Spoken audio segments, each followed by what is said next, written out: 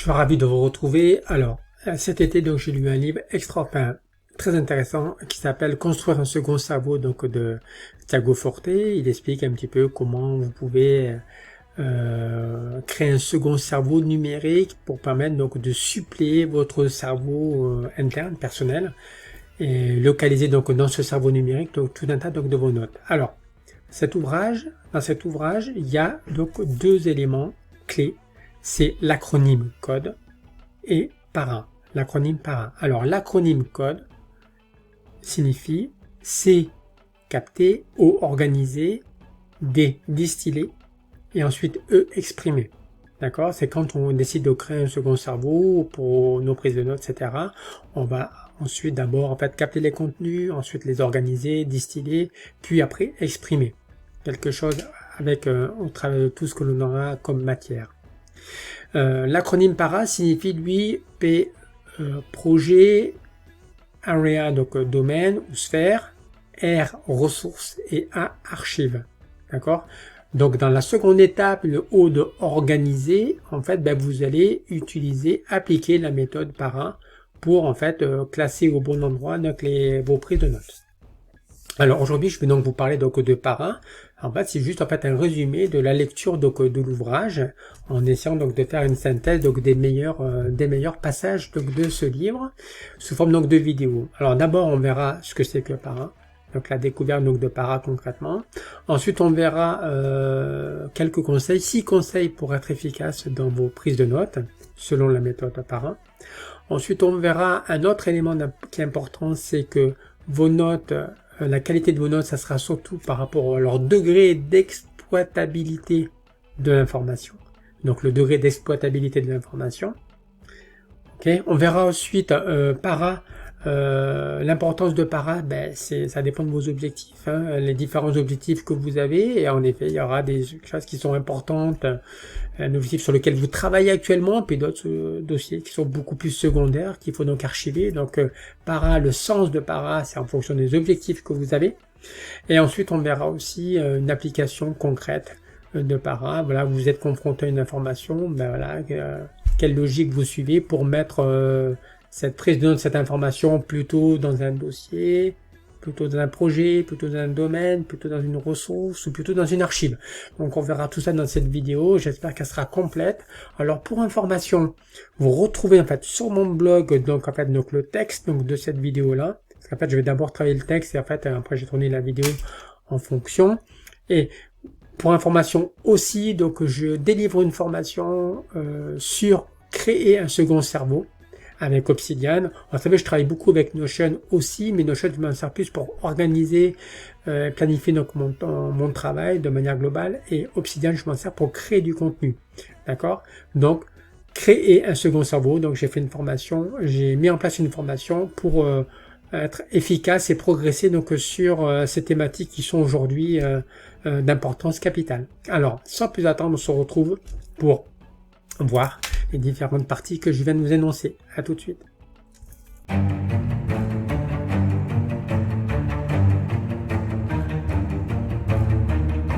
La construction donc du second cerveau donc selon Tiago Forte repose sur la méthode ou sa méthode qu'il appelle PARA.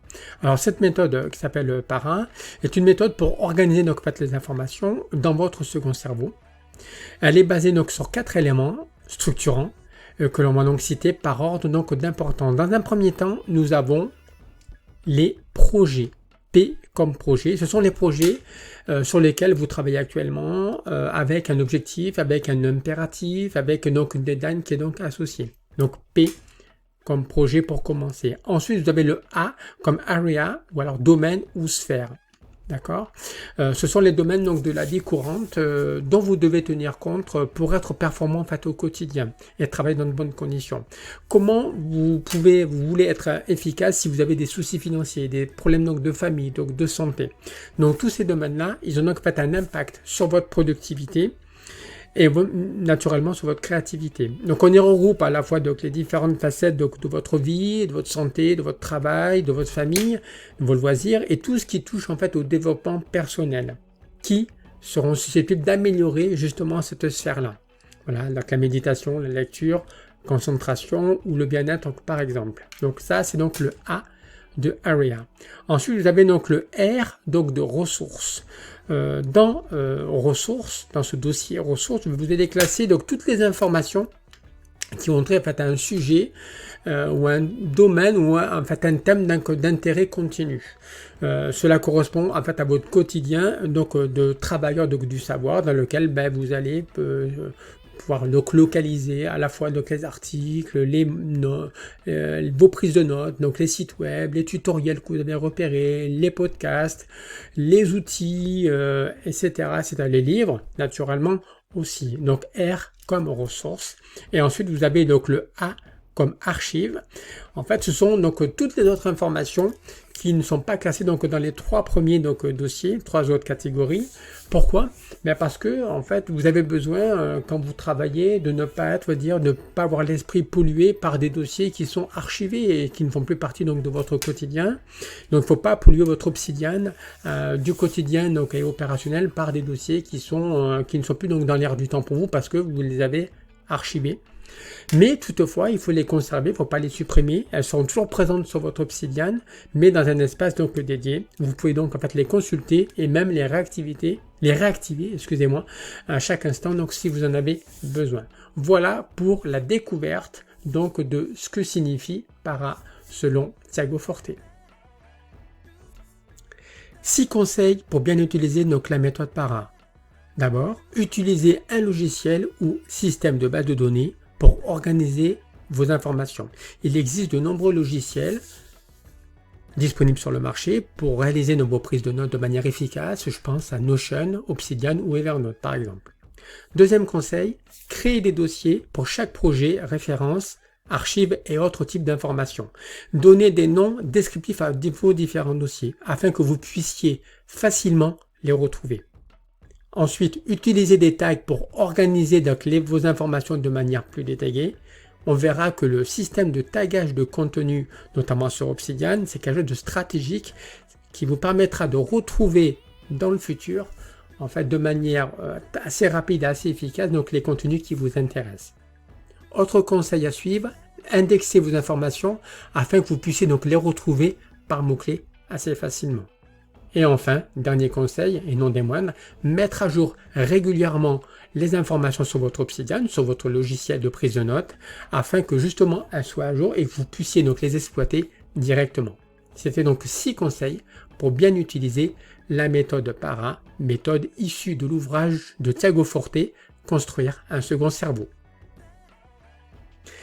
Autre chose importante à rajouter, le système Para organise donc l'information selon le degré d'exploitabilité. Dans le système Para, donc les notes sont donc inclus n'importe quel type d'information issue de n'importe quelle source, dans n'importe quel format et pour n'importe quel objectif.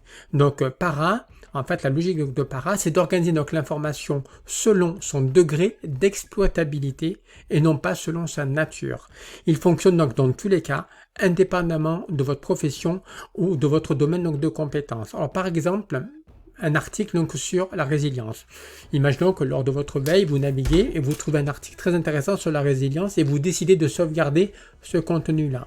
La plupart d'entre nous, on va donc le sauvegarder dans un dossier qui serait étiqueté psychologie, avec un choix qui semble tout à fait, on va dire, logique. Mais si l'on fait un petit effort supplémentaire, on verra qu'on pourra ranger cette information dans un dossier dédié en fait à un projet bien spécifique ou de le taguer par exemple, comme celui que vous aurez créé en vue de la rédaction donc d'un article sur la psychologie ou d'une présentation que vous souhaitez faire. Et là, vous retrouvez donc l'idée sauvegardée au bon moment en fait, où cette information sera donc en fait utile. Donc, classer un document selon sa nature, on va dire, c'est bien, mais c'est pas suffisant. Il faut surtout le classer selon son degré d'exploitabilité. C'est-à-dire, quand vous allez consulter les différents dossiers, on va dire, donc dans 2 mois, 3 mois, 4 mois, 5 mois, il faudra que vous puissiez facilement retrouver l'article, en fait, que vous aurez tagué aujourd'hui. Donc voilà, degré d'exploitabilité. La méthodologie Para vous aide à agir en fonction de vos objectifs. Elle vous aide ainsi rapidement à organiser donc vos idées en fonction donc du seul critère qui importe, vos objectifs. Donc Parade vous aide à former votre esprit et vos notes en vue d'agir. S'il s'agit donc de projets, c'est ce sur quoi je travaille à présent.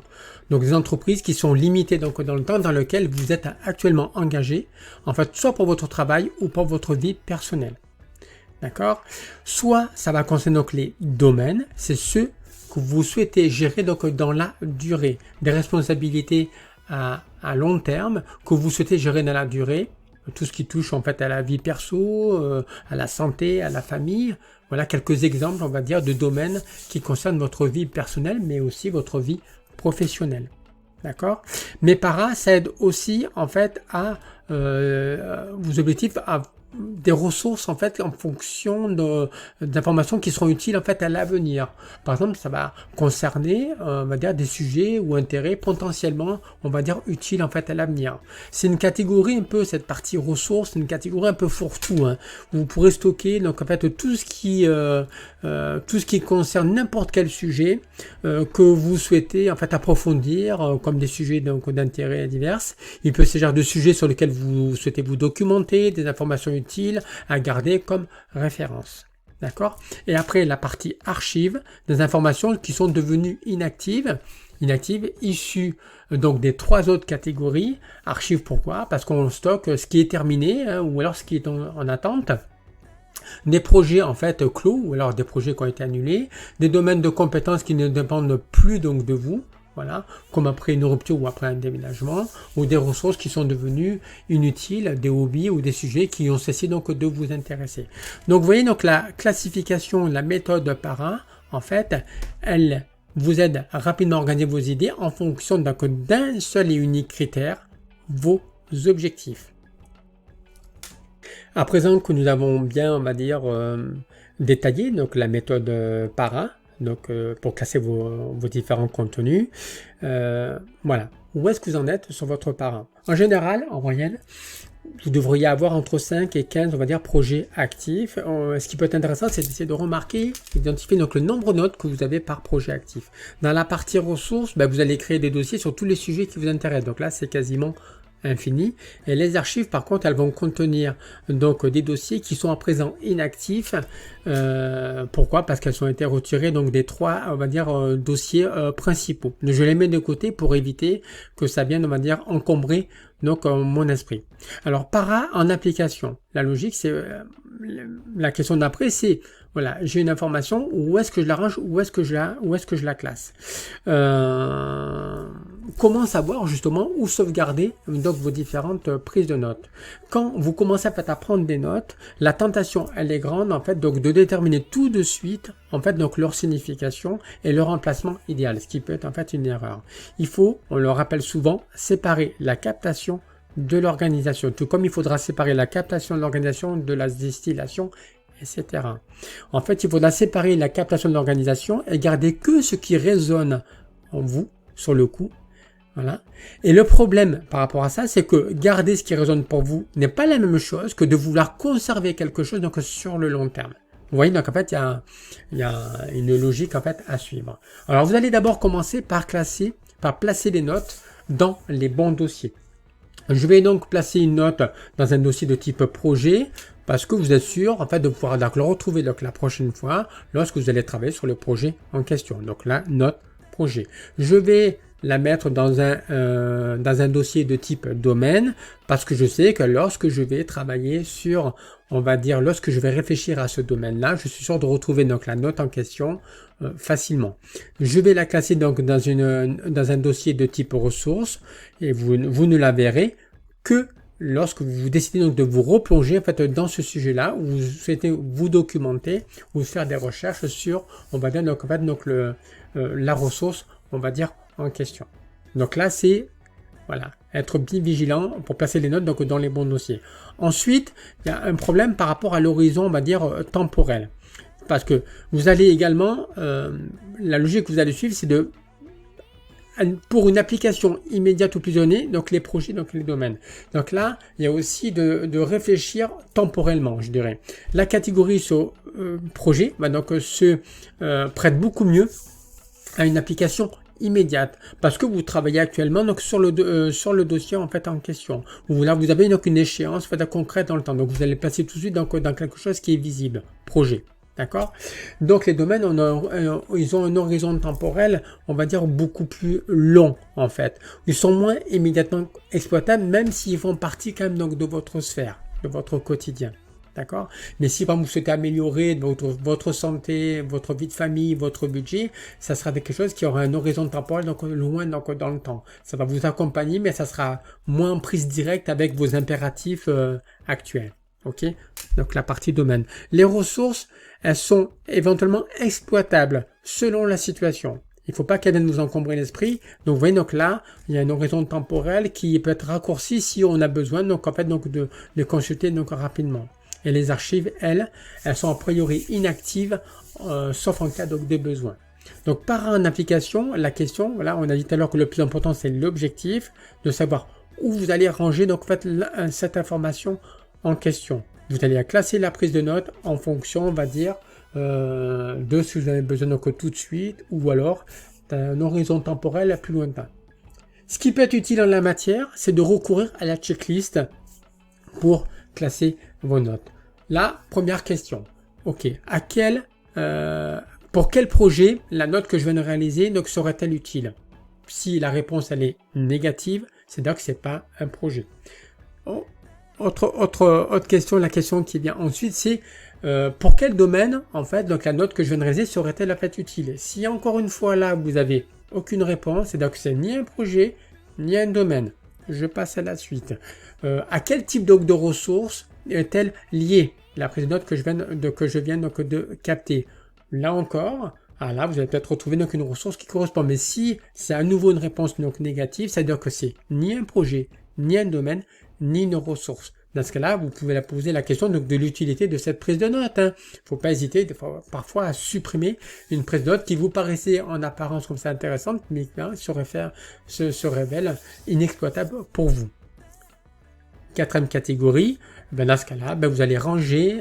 Si par contre donc l'information elle peut être intéressante, mais voilà, elle fait partie de ni un projet, ni un domaine, ni une ressource, dans ce cas vous allez classer donc dans la partie archive. À défaut d'être classé donc dans ces quatre catégories-là, votre note elle peut être tout simplement d'aucune utilité et vous allez donc la supprimer. Donc para en application, voilà, c'est donc la question qu'il faut donc se poser ici de l'exploitabilité.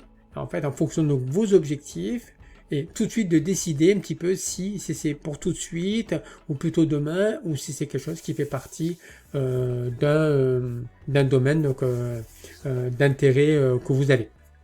Donc voilà pour la méthode para en application. J'espère que cette vidéo vous aura intéressé, parce qu'on a passé en revue un petit peu donc la méthode para donc selon en fait Thiago Forte.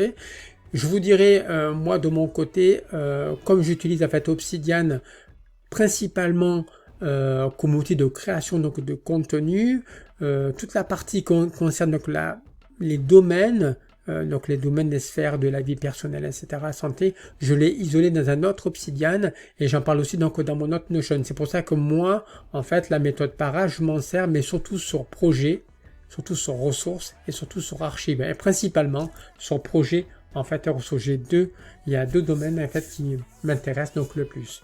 Voilà, donc une vidéo sur la méthode para. Vous retrouvez donc en fait sur mon blog, sur Université RH, en fait, donc le contenu de cette vidéo, mais en partie texte. Voilà. Et n'oubliez pas aussi que je délivre une formation sur créer un second cerveau avec Obsidian, accessible à partir également de mon site Université RH. Je vous souhaite une excellente fin de journée et je vous dis à très bientôt.